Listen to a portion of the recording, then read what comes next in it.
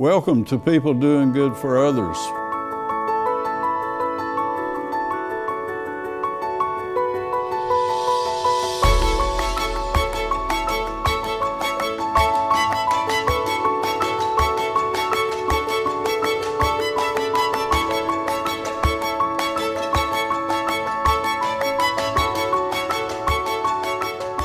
Good morning, friends. Welcome to People Doing Good for Others, where we celebrate and honor and hold in the light those who truly make significant contributions in our communities. I'm Gary York. Thank you for being with us. I want to thank Wilkes Communications, Riverstreet Productions, and WIFM and Elkin for this opportunity. And again, thank you so much for being part of People Doing Good for Others. Our featured guest today is Dr. George Sappenfield. He's a renowned advocate for disc golf. It started back in the 60s. Retired Dean of Continuing Education at Surrey Community College. He was around when disc golf was born, and I'll give you some ideas. This is his picture here at the Lake Hampton course over in Yadkin County that he also designed it. So it's going to be a wonderful opportunity today, and here's a hole for disc golf. Another shot with a flag that I took yesterday when I was there. And here is a placard that's at the first hole. It shows all the holes on the course, and so this is part of the Yadkin County Parks and Recreation. So good morning to you, my friend. Good morning, and I'm Gary. so grateful that you're with us and that we can have a person that was a founder. And so you want to talk about the Frisbee, how the Frisbee was born also. Let's go right there, George Sappenfield. Okay, all right. Well, you can't have disc golf without a disc. And so you got to go back to the late 50s when Wham-O came out with what they called at that time a Pluto platter, and it was a plastic flying disc. And this is actually one of the original Pluto platters. And wow, they they were going to have each year they were going to add a planet. So so the next year they did the Mars platter. Okay, but they realized that people didn't really know what to call these things, and so there was a pie company, Frisbee Pie Company, Mother Frisbee's Pie Company in Bridgeport, Connecticut, that sold pies during the 40s and 50s. And the drivers, while they were waiting for the pies to be loaded on the trucks, would play catch with the pie tins. And that's one of the originals This right is there. one of the originals, yeah. And so it says Frisbee's Pie on it. Goodness. But they would play catch, and they would say they were playing Frisbee. And so Wham-O had heard about that, and then changed the name of their plastic platter to Frisbee. And the pie company was spelled Frisbie, and so Wham-O changed it to BEE, and the rest is history. But that's where the name Frisbee came from. From a pie manufacturer. Right, from Mother Frisbee's Pie Company in Bridgeport, Connecticut. Yeah. Well, George Sappenfield, we're just so honored to have you with us today, and we're going to talk about the sport, and you were there when it started, so kind of a dates for us, if you will. Okay, well, for me, I started learning about Frisbees from a neighbor who threw me one of these in 1960, 61, and I was just fascinated with how it flew. So I would get out and play catch with him and my dad and all that. And so when I was in college, I was a recreation leader Right. at Fresno State, it's in California. And so one of the classes that I took recreation classes, and one of the classes, the instructor said, you're wasting taxpayers' money if you're not using all the land or all the equipment that you have at your facility. Well, the playground that I was at had a picnic area that wasn't used very much. And when we had Frisbees, the kids and I would get out and play Frisbee, but we also had hula hoops. And I was playing ball golf one Friday afternoon, and I'm off in the woods waiting my turn to hit. And so I'm thinking, well, what can I do with that picnic area and the Frisbees and hula hoops and all that stuff? And I just saw this vision in front of me with this hula hoop, a vertical hula hoop, and a Frisbee flying through it. And I thought, and I'm on a golf course, so I thought, well, we'll just set up a Frisbee golf course at the playground. And so the next day was a Saturday, and so I got some wooden stakes and put 2 stakes in the ground, tied the hoop to it, and we set up 4 holes. And then we just found a place to tee off from, which that's the rules of disc golf, is you have a tee, you throw it wherever it stops, you go to that point, from that point throw it again until you get it into the hole. Well, my hole was the hula hoop, so you had to throw it through the hoop.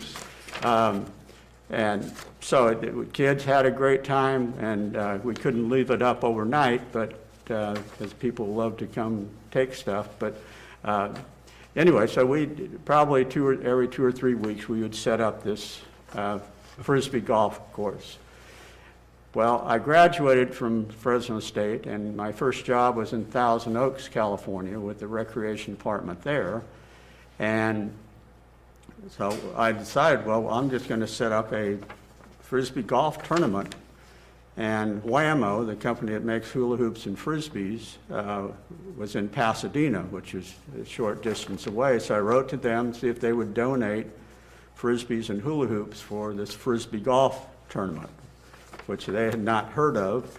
And they were in the process of converting Frisbees from a toy into a sporting good item. They had improved the size and dimensions of the Frisbee, and they had come out with what they call the Pro model Frisbee in 68, 69. Okay. So 69, I'd set up this Frisbee golf course. They sent the stuff out. We set it up. They sent out one of their PR guys. Found out that Whammo was hosting a tournament for people who loved to throw Frisbees, see how far they could throw them, trick catches, those kinds of things. And the general manager of Whammo was Ed Hedrick at the time. And Ed, the PR guy, and I told Ed, well, you should include a 9-hole Frisbee golf tournament, which he really wasn't that excited about, but he did. And so that was part of the what they called the California All-Comers Meet that had happened in 1969. My event at Thousand Oaks started in May, or I had that in May, and then November 2nd, 1969 was when we had the first official sanctioned Frisbee golf tournament. First official sanctioned tournament. Right, by the International Frisbee Association, which you could join. When you bought a Frisbee back then, there's a postcard in it with 2 slots for 2 quarters, and you could send that in and be a member of the International Frisbee Association. That got you a magazine? I got you, a newsletter, and then through that you learned that other people across the country were doing different games and stuff. In fact, on the original Frisbee, on that Pluto platter, on the back it's molded in there that says play, catch, invent games.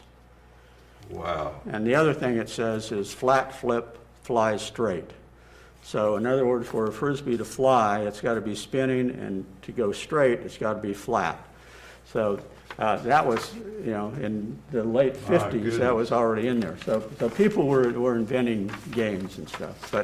So anyway, so that's how I got introduced to Wham. And the irony with Ed Hedrick, that name, is that Ed wasn't that excited about Frisbee golf. But later on, in the late or mid-70s, Ed was the one that developed what the basket is now, the pole hole. And so he is now... Make sure we see that, yeah, if you will. Yeah. This is it? Yeah, and if you turn on the other side, I think, yeah. Yeah. That's the pole hole, and in the middle of that is a pole. Right. And the idea was that you aimed at that pole, but those chains that come down actually catch the disc and knock it into the basket. Yeah, because early on the question was, what should the hole be? And like with my hula hoop, you couldn't leave it up overnight.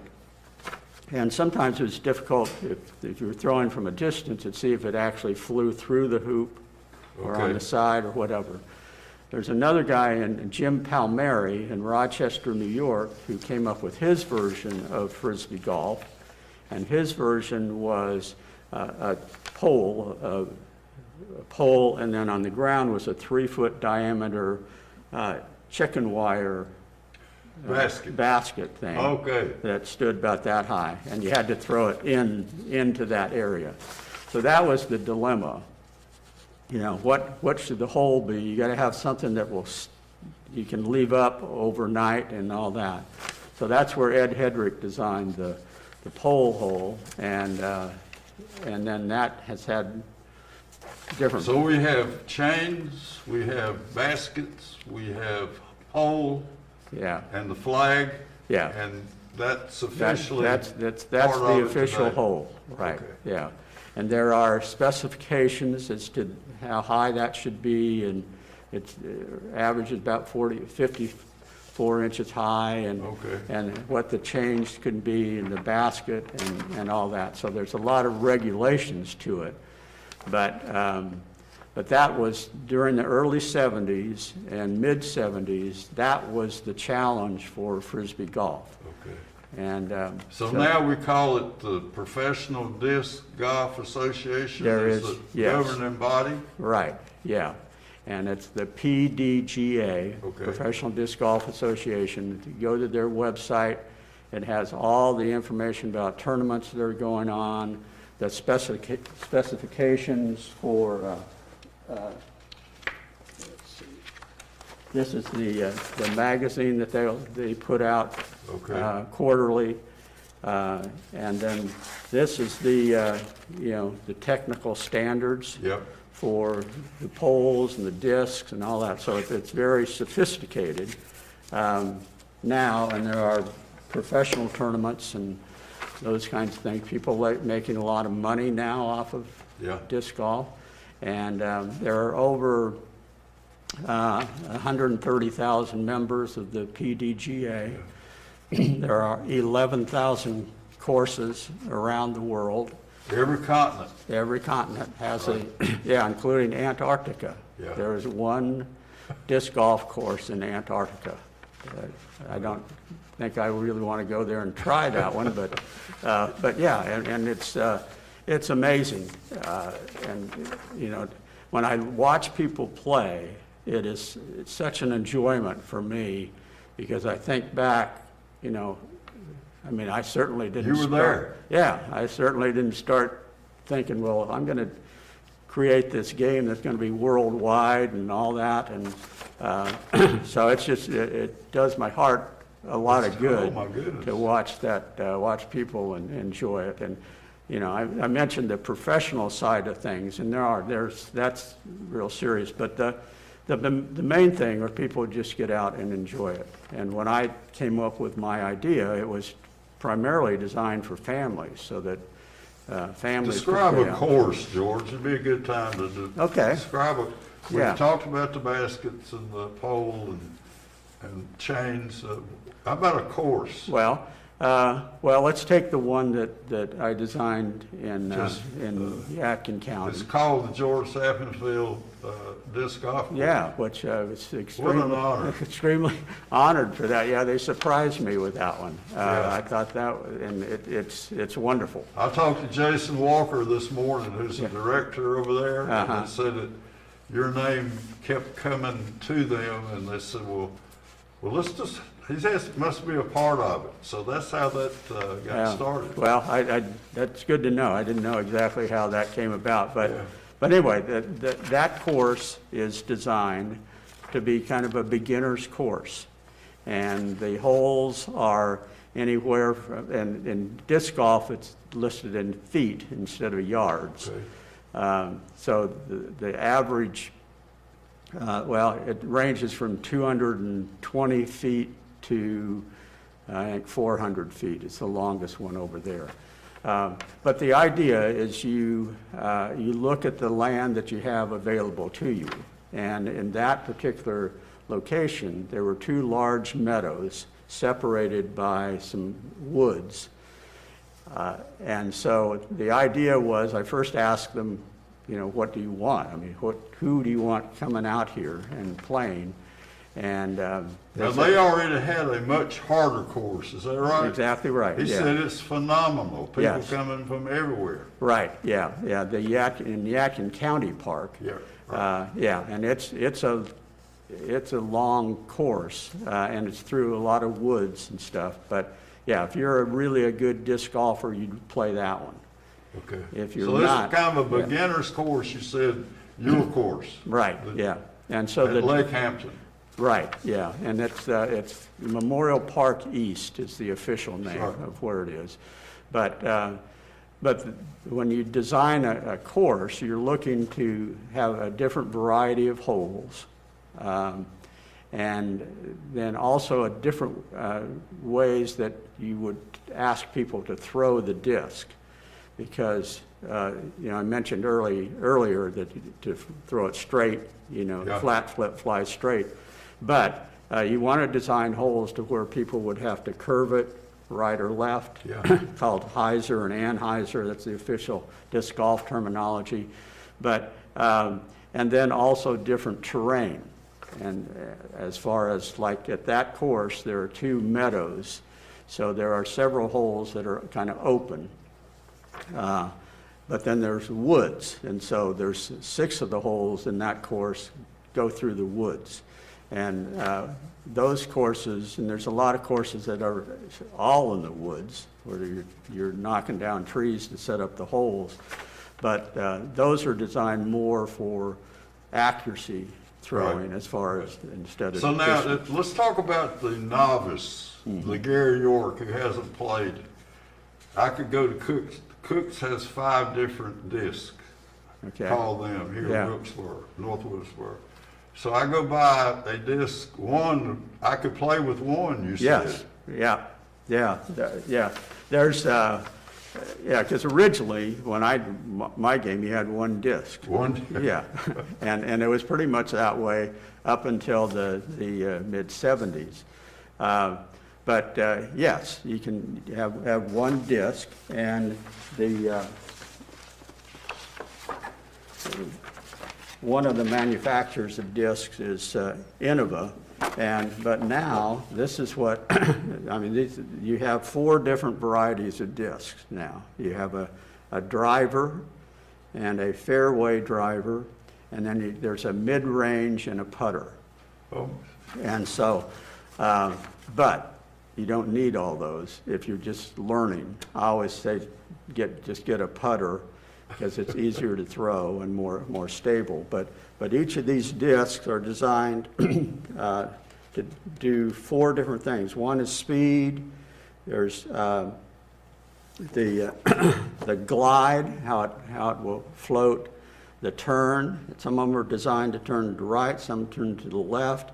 And then the fade, and see what the disc does at the very end. So, that's. so you were talking to Adam Foster here a minute ago, and he says they have a miniature one set up here in this building at Wilkes Yeah. Communications. At lunch, they play. Yeah. Isn't that amazing? Wow. Yeah. Well, let's see. We'll get some of these. Yeah, there are different mini discs made, small discs. Like this one is for the mini disc golf championships. There's actually tournaments for mini discs, but I'm glad you mentioned this because in the rules for disc golf, when you play, you now this is a putter disc, but the rules, you have a tee off, throw it wherever it stops, you go to that point so it's laying on the ground. You have a mini disc with you.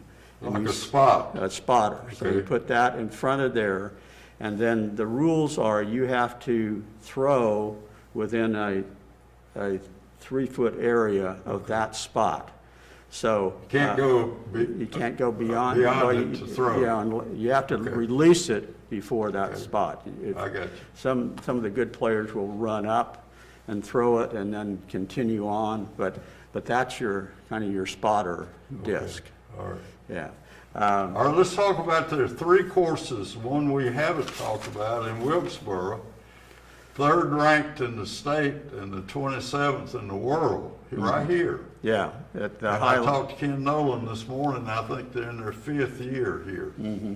Yeah, there's 2 actually. There's Highland Hills and Rolling Pines. Okay. And the Highland Hills is primarily in the woods, and it's a challenging course. It's a short course, a total of less than 4,000 feet, but the holes are different. They're elevated and all that. And then Rolling Hills has had some open holes and stuff. George Sappenfield, I want to make sure that you mention the courses are mostly free around here, Yes. so it's about, what'd you say, fun, it's not expensive to play, and it's good social development for people. Right, yeah. The demographics of people who play disc golf are all over the place. There's 5-year-olds up to 100-year-olds. There's a guy in San Diego who just turned 100, and he plays every day, and he uses 1 disc. 1 disc? Yeah, that's what, he started playing with 1 disc, and that's all. So how he much uses. would one cost, say online or at Cook's or wherever? Well, they range from, and let me get some samples here so you can see the different discs. This is the putter. Okay. And so you see it's a little heavier lip. This is a mid-range disc. So you can see it's a little shorter. This is a fairway driver, so it's a little flatter than that. Oh my goodness. And let's see. And then this is a distance driver. So you can see that they keep getting lower in the. Okay, great. Yeah. So these would range anywhere from $9 to $20. And really good players will carry 30 to 40 discs with them. And you can get a roller bag. A roller bag? Roller bag. Oh my goodness. Yeah. And so, but the really good players have certain discs that for them, they know how they're going to fly. So They go to the right or left? Or, right. Okay, Or gotcha. hovers better. Yeah. Wow. But for just beginners, and that's what I'm after. I want people to get out and enjoy the game and all that.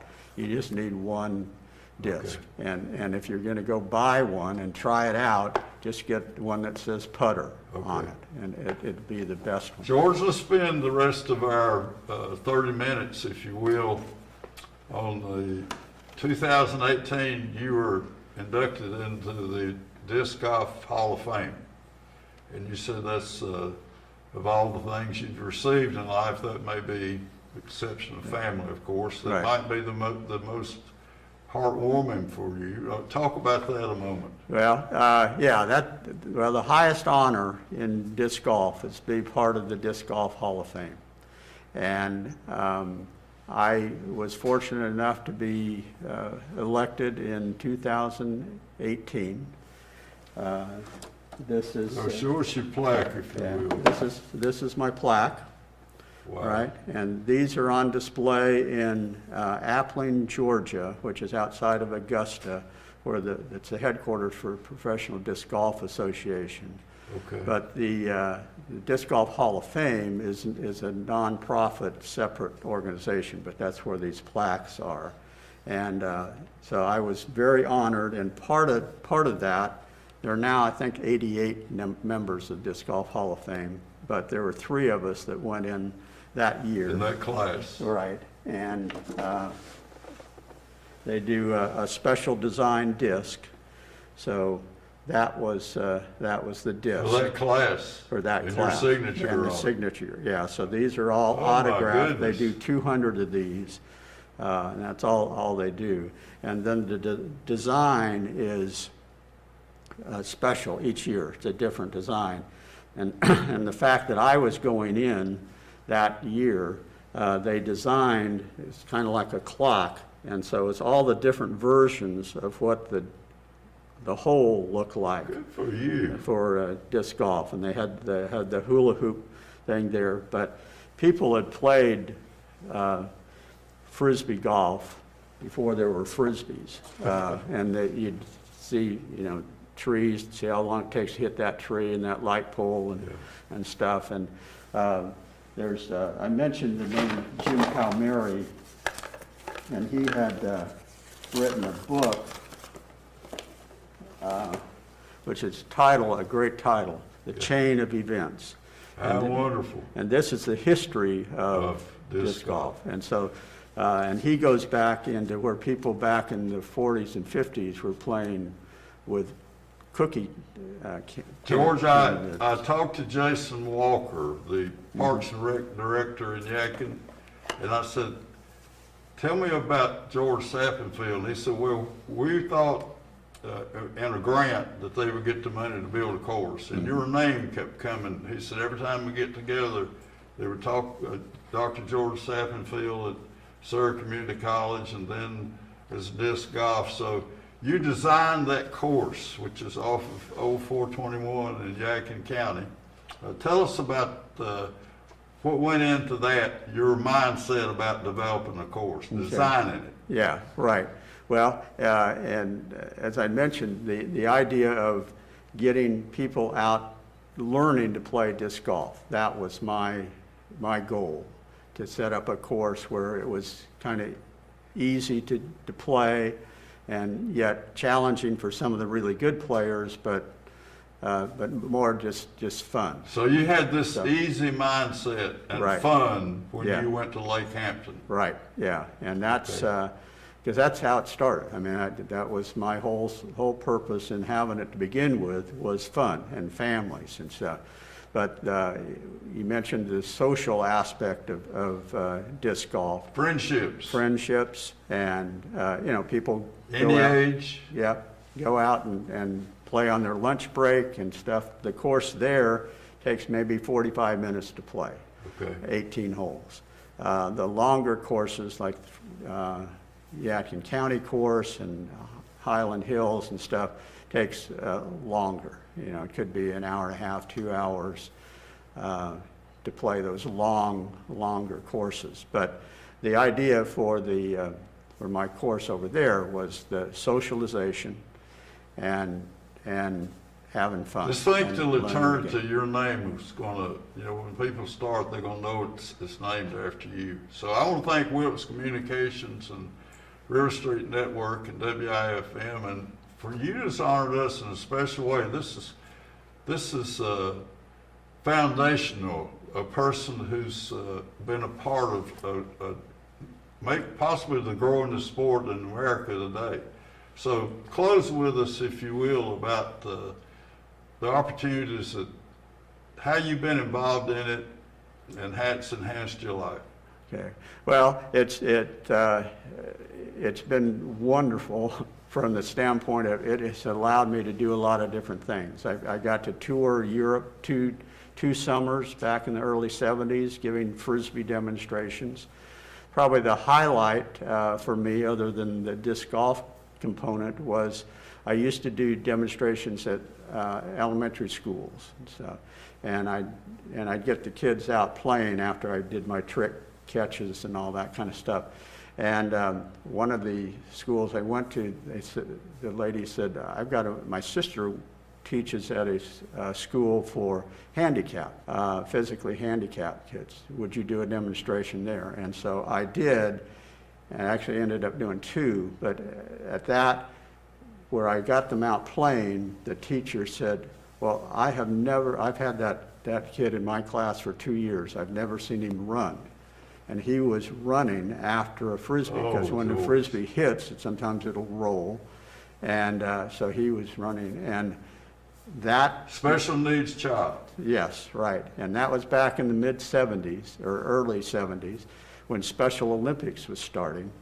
And so I realized that, there's a piece of equipment that could unify things. So long story short, I pushed and pushed and pushed and got Frisbee disc as an official sport in Special Olympics.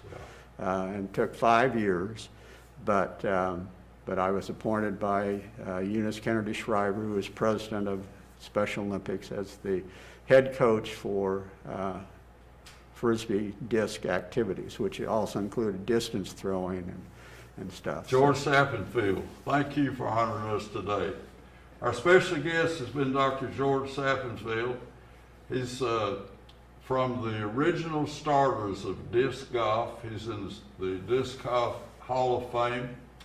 He's designed a Lake Hampton course, and it's called the George Sappenfield Memorial Park there. So thank you for being with us today, and remember that the contributions of Dr. George Sappenfield, the great sport that can be played by all ages and with just a few dollars, and it's about fun, social development, and making great friends. Thank you, and promise to be with us next time on People Doing Good for Others.